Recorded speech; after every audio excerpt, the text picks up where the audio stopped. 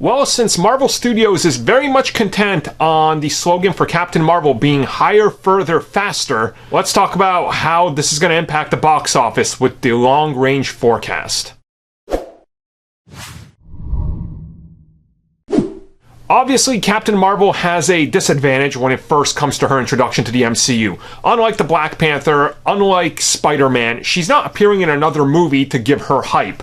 First out, she's on her own, and then she's going to appear in Avengers Endgame. So there's a lot of questions in regards to how big is this movie, what's it going to do, what's the box office. Now, of course, we've already talked about the early ticket sales and everything and what those mean and how they're pacing pretty far ahead of a lot of MCU movies. So obviously, you have to look at Captain Marvel. And the early projections right now that are coming in, reminder, these are early, they could get revised if there's another spot that's so terrible people turn away from it. But currently, it's tracking to 140 million opening weekend. Now, if you're keeping count, this is huge. This would put it in the top of the MCU. You know, certainly this would put it against like most movies and higher. You know, Justice League did 96. The Guardians movies weren't even here. It would beat Deadpool, which was huge at the time. It really pull ahead for a lot of films. Now, obviously, it's not touching like Black Panther or Original Avengers or Age of Ultron or Endgame, but you have to consider the difference, right? Standalone character.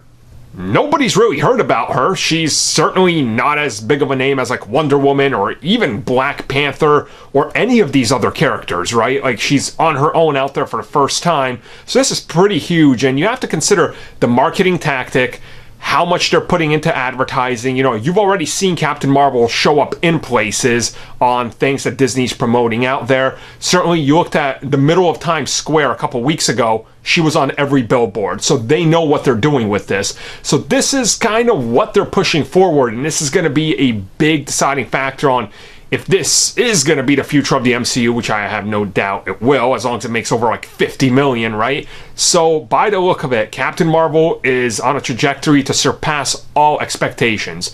Now, how this gets revised in the next couple days, weeks, who knows, but we'll be talking about that soon. And realistically, what people can expect, and then of course the drops and what this would mean with the reviews when they start coming in, and of course the response from people, and if that's going to have any impact on the overall discussion.